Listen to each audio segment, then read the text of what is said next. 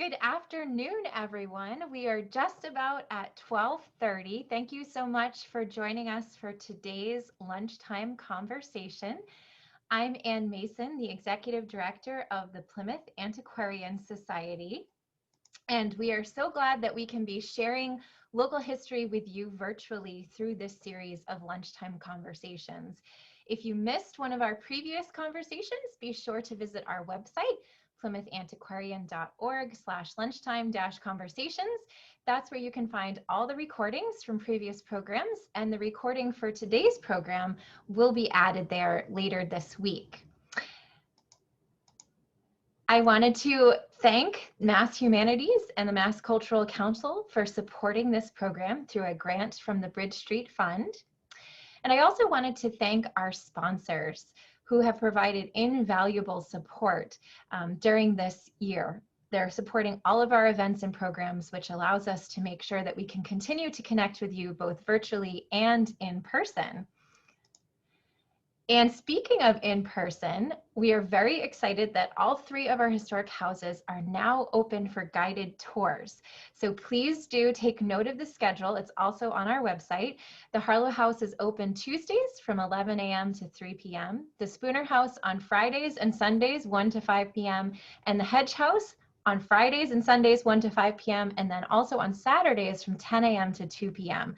So lots of opportunities to stop by, see the houses, take a tour.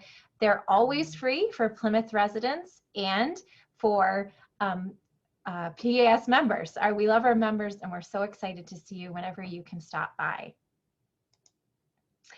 All right, I'm actually going to stop sharing my screen now because I would love to introduce today's special guest, a very special person, Joyce Poremski, who is our lead docent here at the Antiquarian Society. She's most frequently seen at the Hedge House, but for those of you who have attended programs and events, you, I'm sure, will recognize Joyce.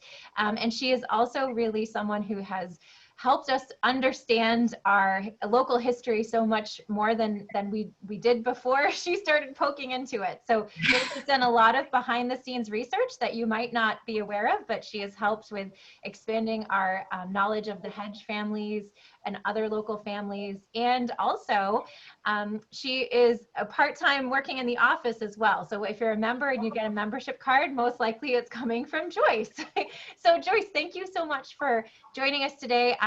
As I just said, our houses are now open for the season, and we're so excited about that, even though we opened in a heat wave. So it's been a little bit stressful, but thankfully cooler temps are on the way.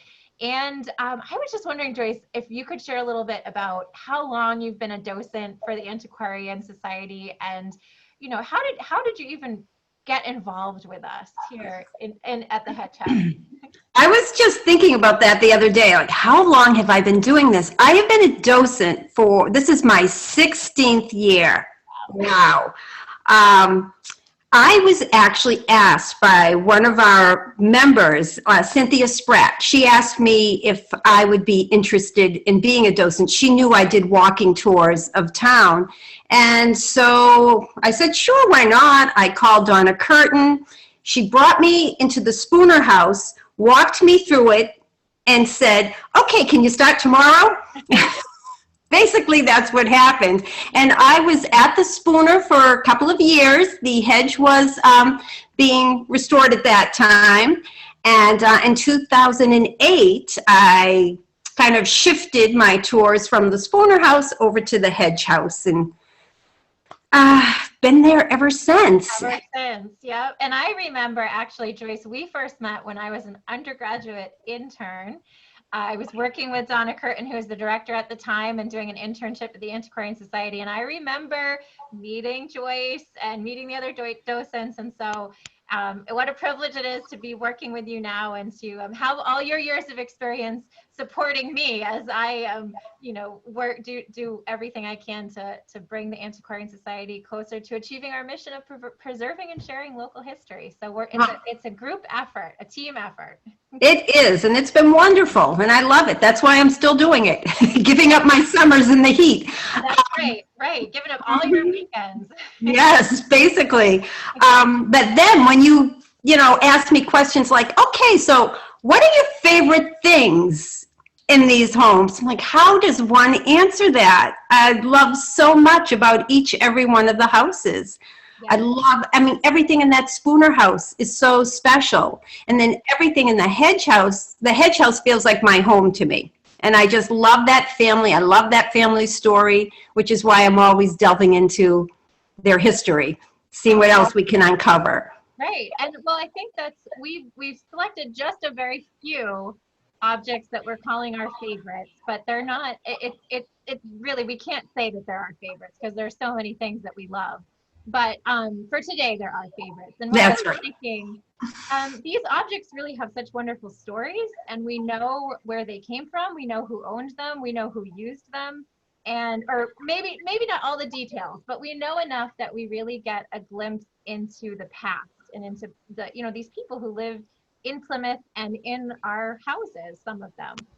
So it's really such a special connection to have these objects, and that's why we have them and why we think it's wonderful to come to see them in person and to really just feel that much closer to local history.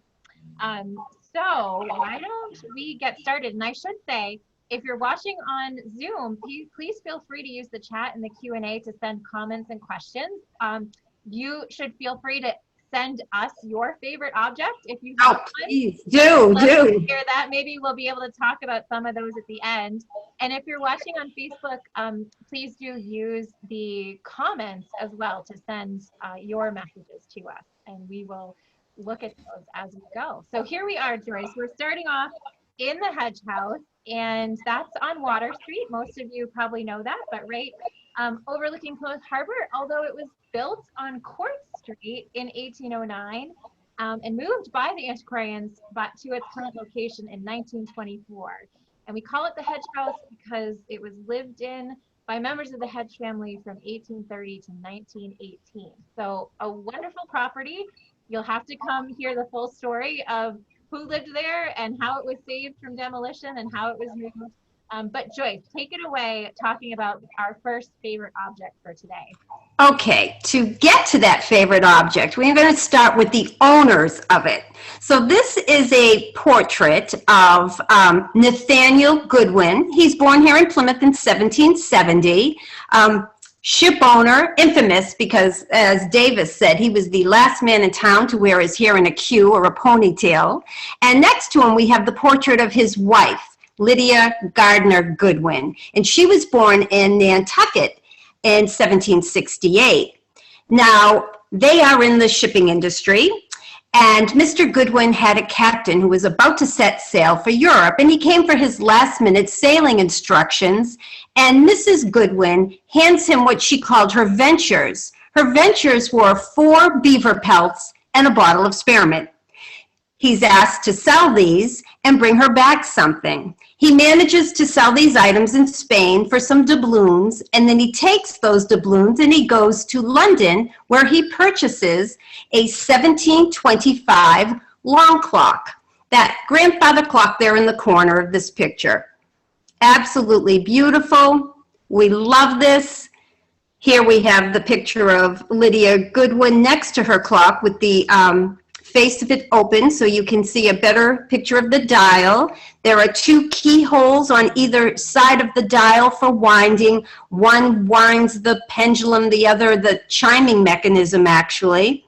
This is, and oh, you can also see it is it has a date square. It does keep track of the date. No, it is not June 26th. To get to the correct date, we would have to wind this through a 24-hour cycle, and that is a little violent on a 300-year-old clock, so we don't mind being off on the date. You can also see it does have a silencer for the bell, and it does have a beautiful tone. This is an 8-day wind, this clock, by the way. They were a 1-day or 30-hour or an 8-day, and this one is an 8-day. But I don't think it lasts 8 days any longer. And I would think maybe 5, maybe 6 we get. Yeah, I mean, I had to wind it this morning when I realized it had stopped ticking. But usually we wind it once a week, right? So Right. But it does stop before we get to wind it again. So it's not lasting the 8 days like it was originally supposed to. And here we can also see these beautiful, very interesting like pictures. They're like decoupage onto the face of the clock.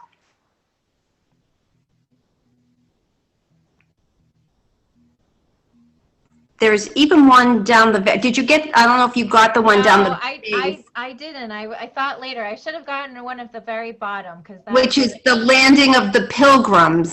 right. And unfortunately, so the keeping room, the north parlor where the clock is living now, it's actually a very dark room, which is good for conserving objects, but hard to actually get good close-up photos of them. And so the very base of the clock, let me see if I can go back. So the very base of the clock, there is that landing of the pilgrim scene painted right on down there, closest to the floor. So the scenes that I did photograph are here on the center door of the clock. But I always wonder, since this clock was made in London, or at least the clockworks were, you know, who actually painted it? When was it painted? And the landing of the pilgrims in particular seems like a very Plymouth, obviously a very Plymouth scene. So was it perhaps painted over something that was originally on the bottom and added later? We know that some of the members of the family were artistic, so I have this thought about that, but I don't know. I think that is probably most likely that happened later once it was into the Hedge family. And it did have the maker of the clock. If you saw the name across the top, it says H. Thomas. Yep. I have looked into him, haven't found a whole lot on H. Thomas. I have found other clocks, though, that he has made, other long cases. And here we're lucky enough to have the provenance of the clock in this. So it basically tells that story that I was just saying about great-great-grandmother handing him 4 beaver pelts and a bottle of spearmint, saying, "These are my ventures." So this comes to us from Elliot Russell Hedge. So we have here Nathaniel Goodwin of Nantucket. He marries Lydia Gardner. Lydia Coffin Goodwin, their daughter, marries Thomas Hedge of Plymouth. Their son, William Hedge, marries Catherine Elliott Russell, and their son, Henry Rogers Hedge, marries Edith Heath Dolliber, and their son is Elliot Russell Hedge. Also, on the other photo, you can see that the clock is in need of winding in this photograph. The pendulums are all the way down, so once they get down like that, the pendulum stop. Once the weights, I should say, get down, the pendulum stops moving, and it needs to be wound. Okay, so we have a little video to show you of the clock in action. Now, if you listen, you'll be able to hear the ticking.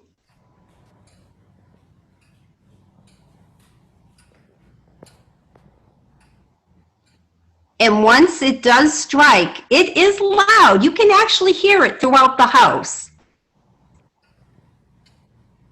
And here you can see with the door open, the pendulum swinging, but now you can see that the weights are all the way up right under the face of the clock.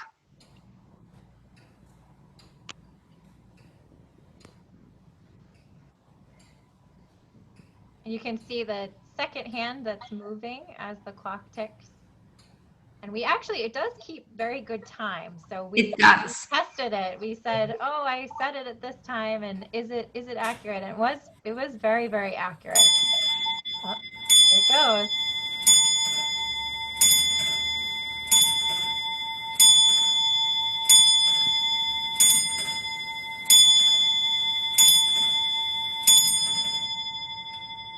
All right, 11 o'clock. You've heard it strike. Yeah. Okay, so now we're actually upstairs in the Hedge House and moving on to another hedge-related favorite object, or a group of hedge-related favorite objects.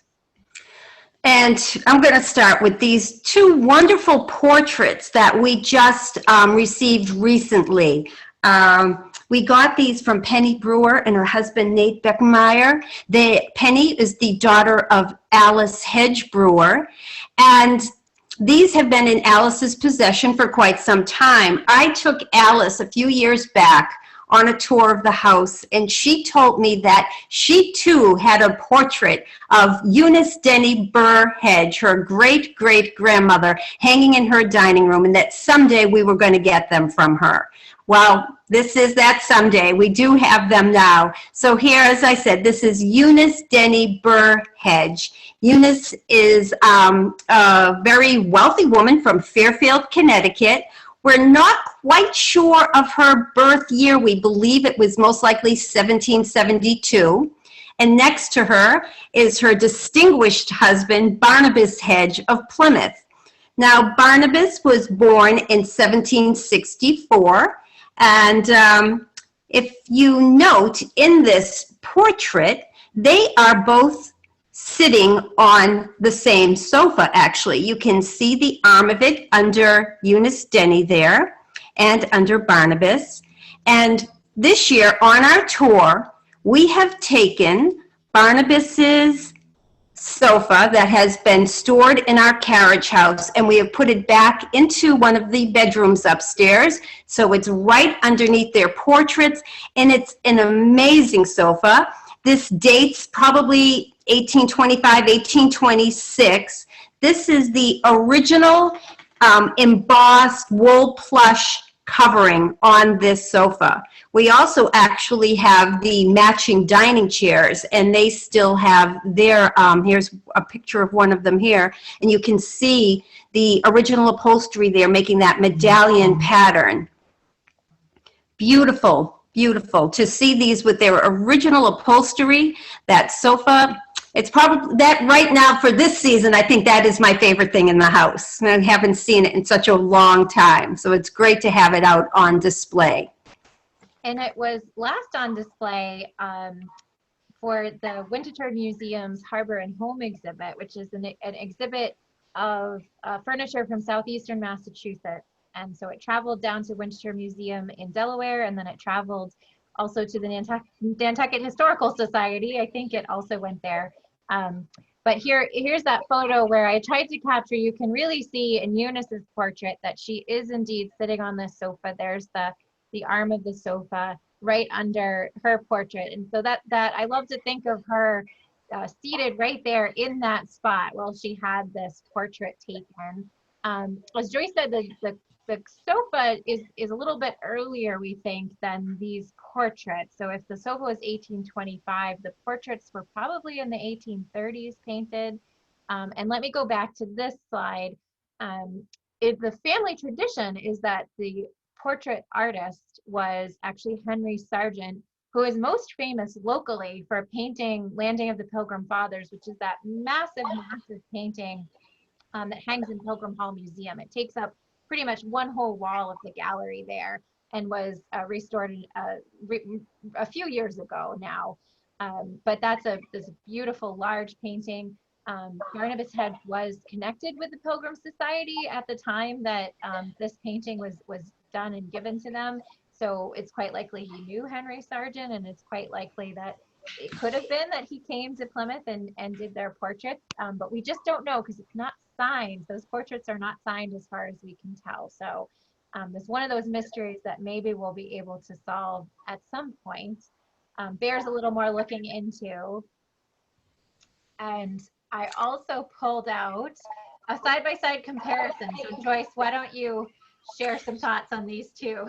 Okay, so here we have two portraits of Eunice Denny Burr Hedge. Now, one is supposed to have been done in about 1830s, the one on the left. The one on the right, maybe 10 years later, the 1840s.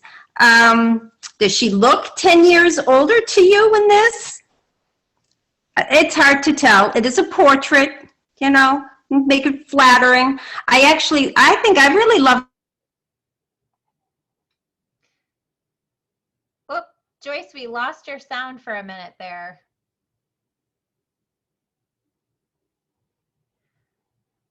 Looks like we lost Joyce. This is done by Henry Sargent. So there's another mystery. Was it? I don't know. Well, I think one thing we can note is that Eunice was the mother of many children. So 15, right, Joyce? 15, 9 of which lived to adulthood. 9 lived to adulthood. So she is the mother of Thomas Hedge, who was the first Hedge to live in the Hedge House in 1830. And his wife was Lydia, who was the daughter of the Lydia we talked about previously. So we do have these nice portraits of both sets of parents hanging at the Hedge House now. But I like to think that that portrait on the right shows Eunice when, you know, she's the family matriarch. She's had 15 children. She has 9 living children. You know, I think she probably was a well-respected matron of the Plymouth community, and she outlived her husband by I think 9 years. So maybe was there a later portrait of Barnabas? I don't think so, probably, because this was probably painted after his death. We can look a little bit about the clothing. So you know, you see a little bit of the style change between the portrait on the left and the portrait on the right. Certainly the portrait on the right, that looks like a very much 1840s, later 1840s outfit, dress. Her cap has changed a little bit, but I love that she's holding a book in her hand. She has books on the table behind her. She's wearing her spectacles, so you do get a sense of a woman who is accomplished, well read, having and at this point in her life, she's taking a well-deserved rest to have her portrait taken.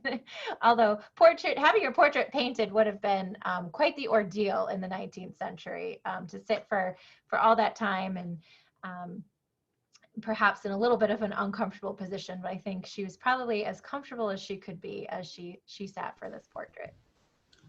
Okay, my internet connection keeps stopping, so I'm actually moving out of the room. Okay, Joyce. That's what happens. You know, when we do these virtual programs, we never know where we're going to end up. Sometimes we have to move. So I'll continue on here.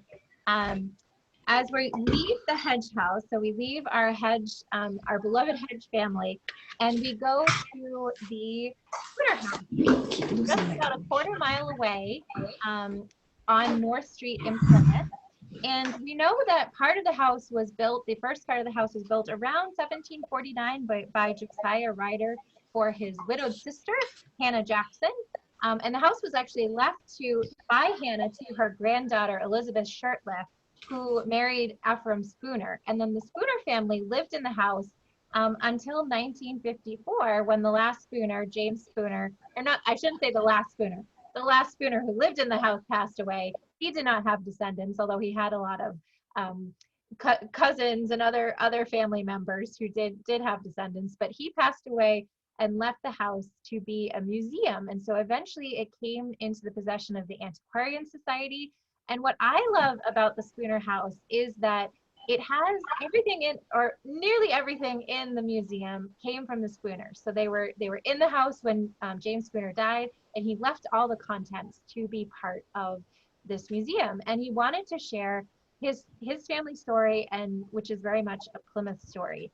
And so we often talk about some of our favorite objects from the 18th century. So we actually have the Hannah Jackson sold chocolate out of the Spooner house, and we have her painted wooden sign advertising chocolate for sale. That's actually currently on display at Pilgrim Hall Museum in their women's history exhibit. So if you get a chance to go there and see that sign, please do take that opportunity. We also love some other objects in the house with a known provenance. So we have a sampler done in the 1780s by Sally Spooner. And we have a fire bucket that has the date 1811 on it that was owned by Ebenezer Spooner. So we have all these objects that you can come and visit the Spooner house and hear their stories. But I wanted to highlight an object that's actually from sort of the last generations that lived in the house. And it gives me a chance to plug, as you see here on the screen, our Voices from the Past online exhibit. So it's an exhibit that highlights letters from our archives written by members of the Spooner family. And this was compiled, created by our college intern, Sophie Kuhns. She worked with me in the winter virtually, and she actually is now back working for us as a docent this summer. So that's another reason to come visit the houses. You can meet Sophie in person. But one thing that we wanted to highlight was sort of the last few generations that lived in the Spooner house. So we have Ephraim Spooner, the second Ephraim Spooner. So Deacon Ephraim Spooner was the 18th century Ephraim, and then this is a couple generations later. He had two children, James Walter and Esther Spooner. And the series of letters that are transcribed in the site really highlight this set of family connections. And so we wanted to talk today about an object that is related to James Walter Spooner, who lived 1831 to 1888, and his wife, Sophronia or Shrona Smith Spooner, who lived from around 1831 to 1917. And this is the bedroom. This is the back bedroom. So it would be the southeast bedchamber at the Spooner house on the second floor, which we interpret as Frona's room. So you can see this is just, I think it's such a sweet little room. It gets a lot of nice natural sunlight coming in from the south. There is a little fireplace. There's a little closet. And on the chest of drawers, we have this medicine case. And so we wanted to highlight it. Something that you might not notice if you're just going through on the tour. At this point, you've seen all the downstairs rooms and maybe you're just overwhelmed by all the interesting objects on display. But this is one that both Joyce and Barbara, who's our head docent at the Spooner House, said, you know, that's a really interesting object and we should highlight it. So I mentioned Frona Smith Spooner. And here we have two photographs of her from our collection. She was born in Randolph, Vermont. She met James Walter Spooner in 1855 while she was living in New Hampshire. And the two sort of had this courtship, they exchanged letters, and eventually they met. And then in 1858, they married in Concord, Massachusetts, which was where Frona was staying at the time with her sister. So her sister had a farm, or her sister's husband had a farm in Concord, and Frona was staying there. James Walter married her. And then the two lived in Concord at different times. They lived in Plymouth. They had their first child, Maud, in 1860. And then eventually they moved to Plymouth. They had two more sons, Walter, born in 1867, and James, born in 1868. And that last James is the one who we affectionately know as Jimmy Spooner, who lived in the house until 1954. So Frona's husband, James, dies when Frona's only 57 in 1888. And so she lives the remainder of her life supported by her son, the other James, at 27 North Street. And she dies in 1917. So I like to look at these portraits because I think they you know, it's interesting. It shows the passage of years to Frona. So on the left, we think that's probably from the 1850s before she was married, when she was Frona Smith. And then on the right, that's probably, you know, 1870s perhaps, after she's had, certainly 1860s after she's had her children.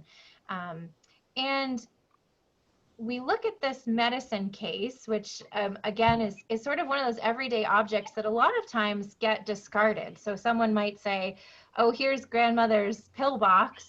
We don't need this anymore. This is of no value to anyone. We'll just throw it out. But it's these everyday objects that I think make the Spooner house really special, because we have a lot of things that were used in the house by the family that don't survive in other museums. And they really do give us a clue about their lives.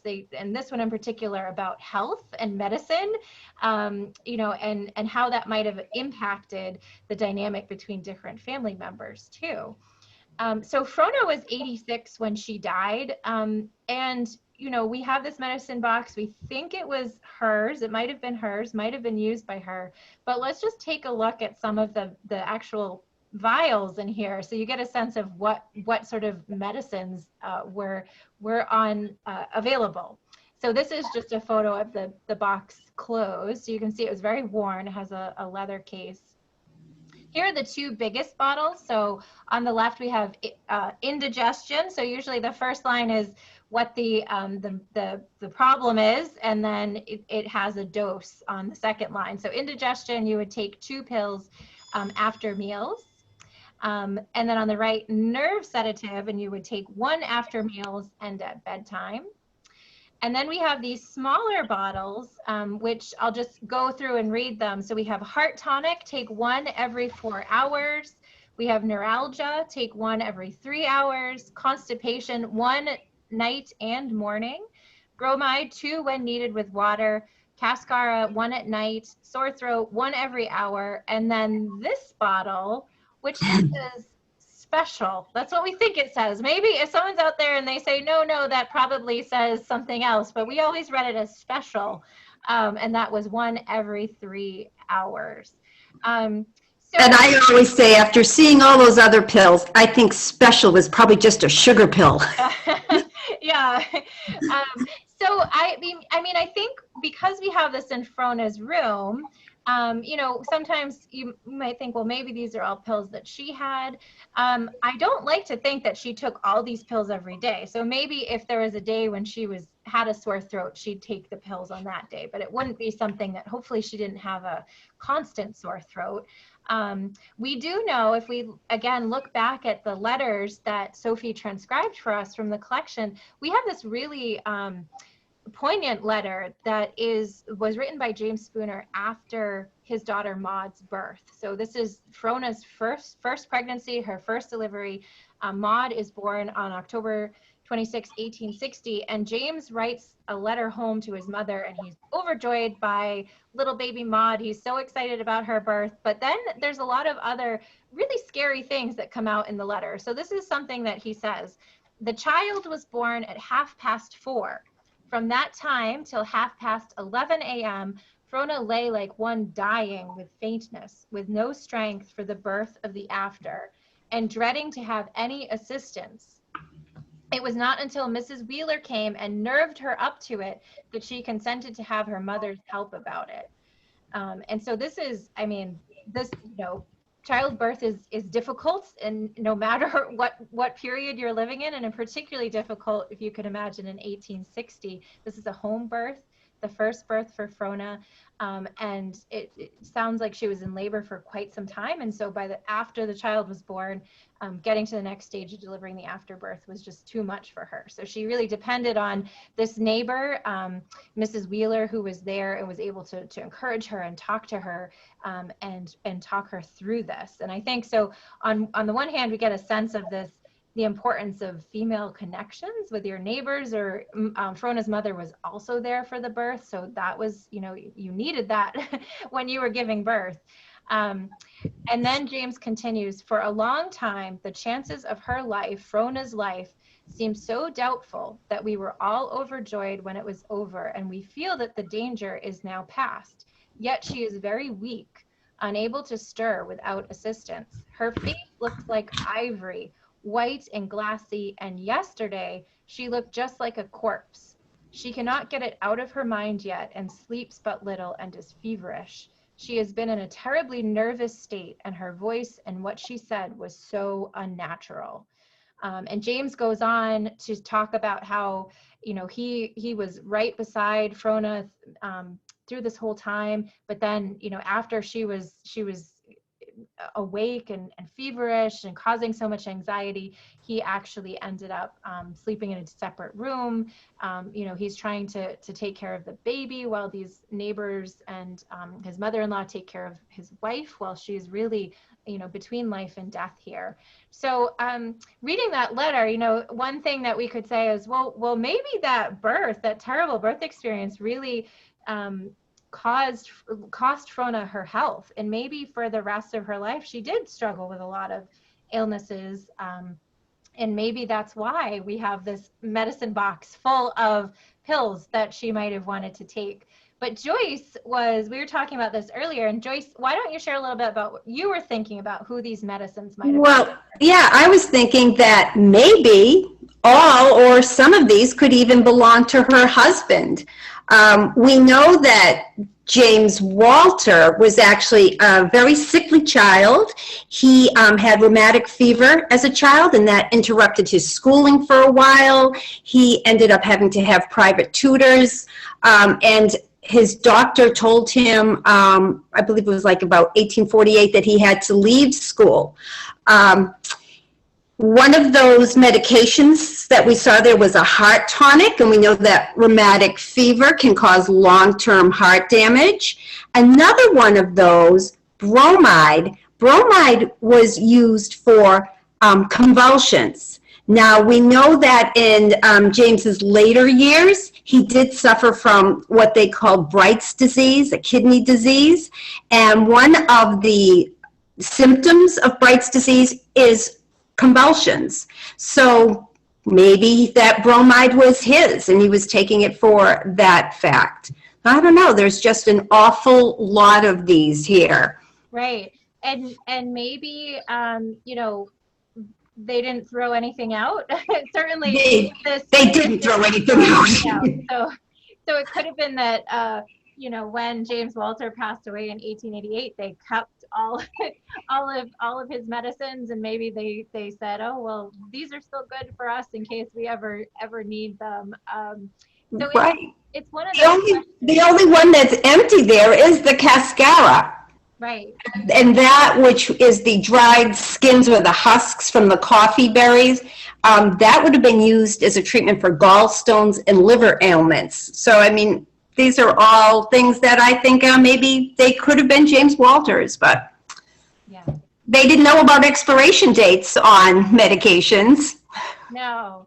And so, you know, I also love, you can see it in this picture on the right, the teacup, and we have this little cap that you would put on your teacup, and it says, you know, it tells you when to take the next dose. So if you're someone who's taking a lot of different medicines, you could use this to remind you, you know, okay, well, it's been 3 hours, for time for my next dose. And I think probably the way it would work is you must line it up with the teacup handle. That's the only thing that would tell you, okay, when am I supposed to take the next dose? You know, if you're going to take a dose at 4, you'd put that at the teacup handle. So, but I think this is a wonderful object and something that we would love. Wouldn't it be great if there's anyone who's an expert in, 19th century medicine who could come and study this object and maybe help us understand it a little bit more? And maybe that would really give us insight into James Walter and Frona Spooner and their health. Because again, Frona lives till she is in her 80s. So although she did have that really horrific birth experience, labor experience, I do get the sense that she, had a full life. And I think, unfortunately, the death of James Walter, when she was in her 50s and her children were still, the other James was the youngest, and he was, just about coming out of high school at that time. So, it had a big impact on his life because he did have to support his mother, and support himself. He didn't have a father who was there anymore.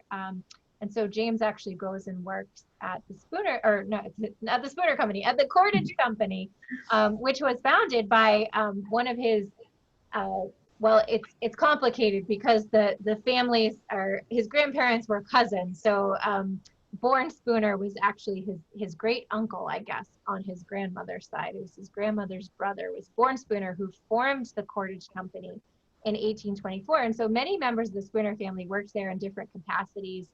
And so James Spooner goes pretty much right after high school, right, Joyce? Yes. Goes to work there, and I think when he retires, he's paymaster. So that's an office job, an administrative job for the company. But in any case, I think that the death of his father really directed his steps. Perhaps if his father hadn't died, he would have gone to college. Although James and Frona were never very good position economically, so they were sort of all over the place. But anyways, I will just say, go and read the online exhibit of letters so you can get a sense. We included biographies and photographs if we have them. All of the letters are transcribed and annotated, so you can actually not just read the letters, but then hopefully learn a little bit about the context and other things that are happening in Plymouth history at that time. So that's one of our favorite objects at the Spooner House that we don't usually get to talk about. Okay, so moving on from there, our final house is the Harlow House, and we're finishing with it. It's our last house today, but it was actually the oldest of our 3 historic houses. And the house was purchased in 1920 by the Antiquarian Society. And we think it's sort of interesting that the Antiquarians were founded in 1919, in October of 1919, to prevent the demolition of the Hedge House. And so they're already responsible for the Hedge House. And then it seems like they didn't blink an eye and said, great, we'll get a second house too. We're really going to live up to our mission to preserve Plymouth's history, including and starting with old buildings. And so 1920, of course, is also Plymouth's tercentenary year. So this is when the town is commemorating the 300th anniversary of the landing of the Pilgrims. There are a lot of visitors who are coming to town, and I think this is creating a lot of interest in these historic buildings as well. At the same time that the antiquarians are preserving some buildings, the state has taken by eminent domain the waterfront, part of the waterfront along Water Street to create what's now Pilgrim Memorial State Park. So they were actually tearing other old buildings down and taking the wharves out of the harbor. So all this is happening at the same time, which is just a really fascinating time in Plymouth's history and really impacted, you know, the landscape of our town today and also the preservation of these houses. So it was Joseph Chandler who actually was an architect. He was had Plymouth roots and had worked in other historic houses in Plymouth, and he comes to work at the Harlow House. He is a Harlow descendant, and we don't really know what he did. So unfortunately, we don't have great records for how he brought this little house, which had been lived in really right up until the time the antiquarians acquired it, and had been changed so that it, you know, could fit 19th century, early 20th century living. And we're not sure what he did, but we do know a few things. So we know that he actually looked for old materials in order to restore the house, and he wanted to bring it back to its 17th century appearance. So this house is the one that, according to tradition, Sergeant William Harlow built in 1677 using the timbers from the fort on Fort Hill, what we call Burial Hill, when it was taken down after King Philip's War. So that's one reason why the antiquarians were interested in it, because it had this story attached to it and had been in the Harlow family for generations. So we know that Joseph Chandler takes different pieces of old houses from the area. He also takes bricks from some of the buildings that are being torn down on the waterfront to create Pilgrim Memorial State Park. And he brings them here to the Harlow House to, you know, although you can't save everything, you know, the impulse was to try to save something of significance to recreate Plymouth's past and have it available for future generations. And what I love about the Harlow House is that it was always intended right from the beginning, not to be a museum where you just go and look at things, but to be a historic house where you could go and have demonstrations, watch demonstrations of the women of the Antiquarian Society who were spinning and weaving and candle dipping and doing all these things, trying to preserve not just the physical building or the physical objects, but also to preserve the practices and the everyday knowledge that was really being lost at the time. So what did people eat and how did they cook their food? So for the Harlow House, I just wanted to highlight, it's not, I guess you probably wouldn't call it an object, but I think my favorite thing in the Harlow House is the hearth that you can see here in the great room.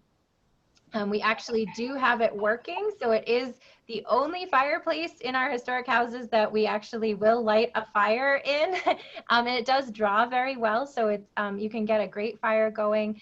And food historian Paula Marcoux, who actually gave one of our earlier lunchtime conversations, has cooked successfully on this hearth.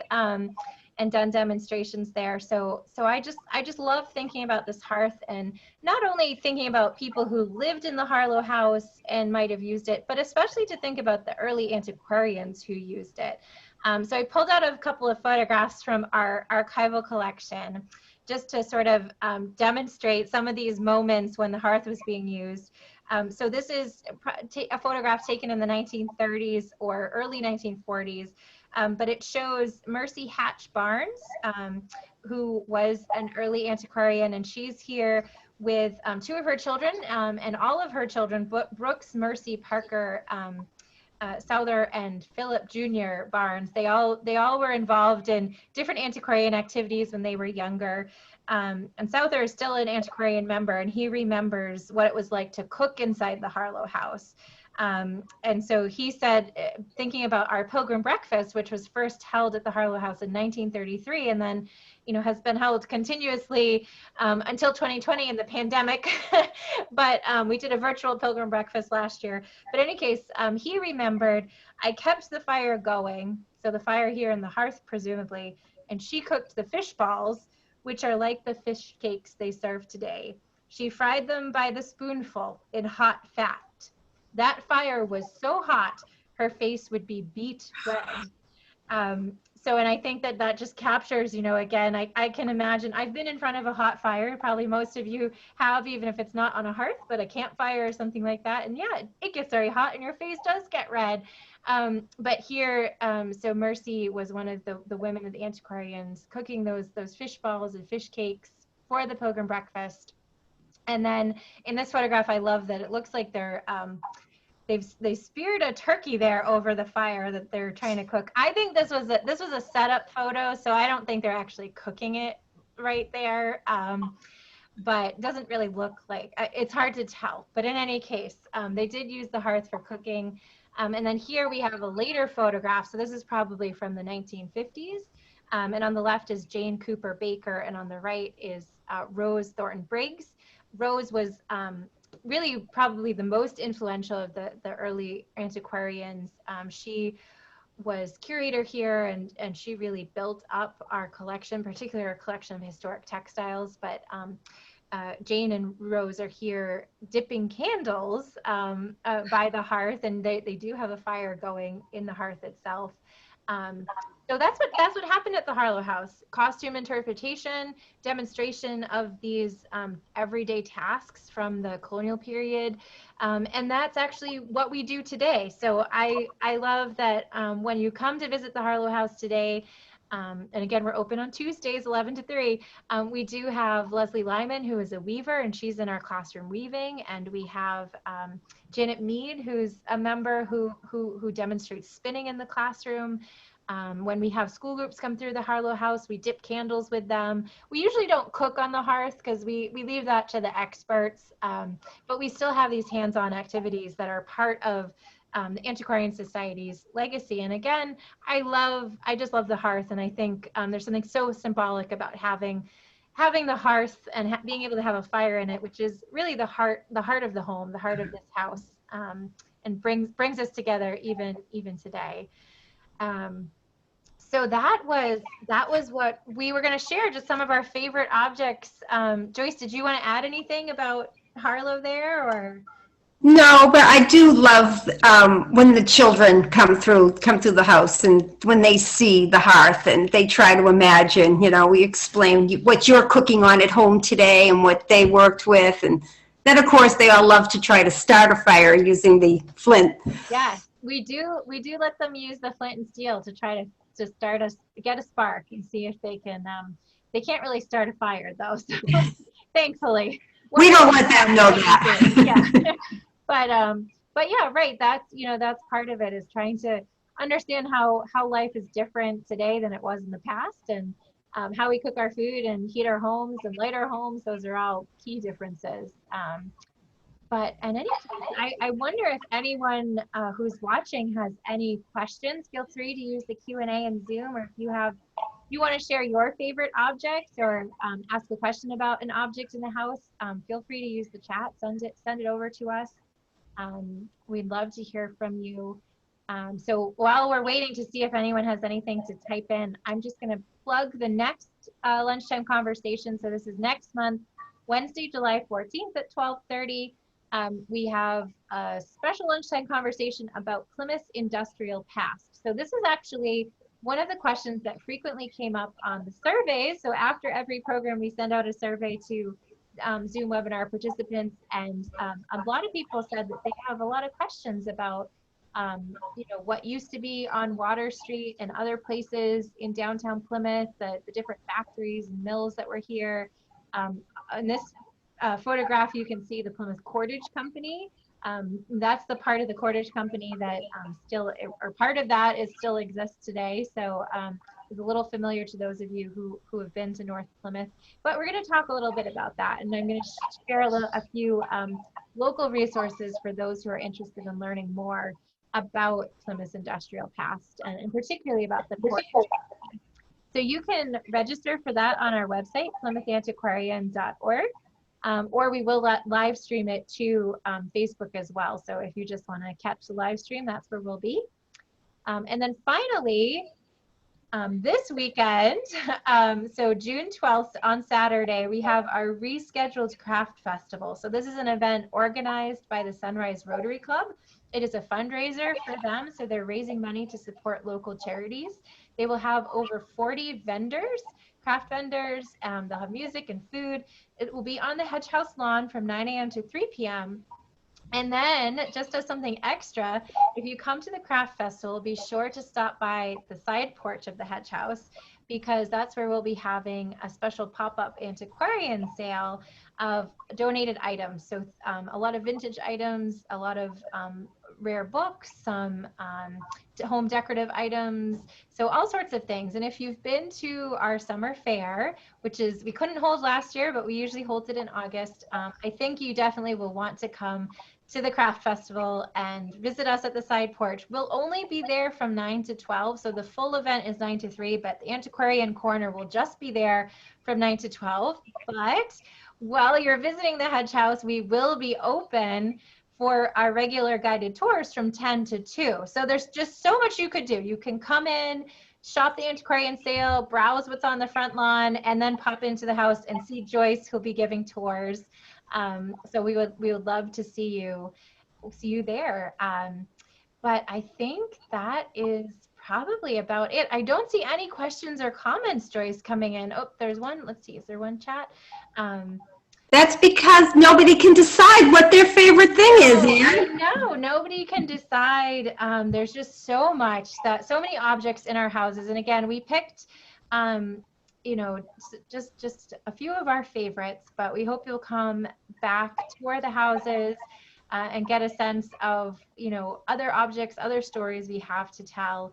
And we look forward to seeing you. So we're so glad that we can have in-person programming and tours again, and it's wonderful to see you all here virtually, but we're looking forward to seeing you in person as well.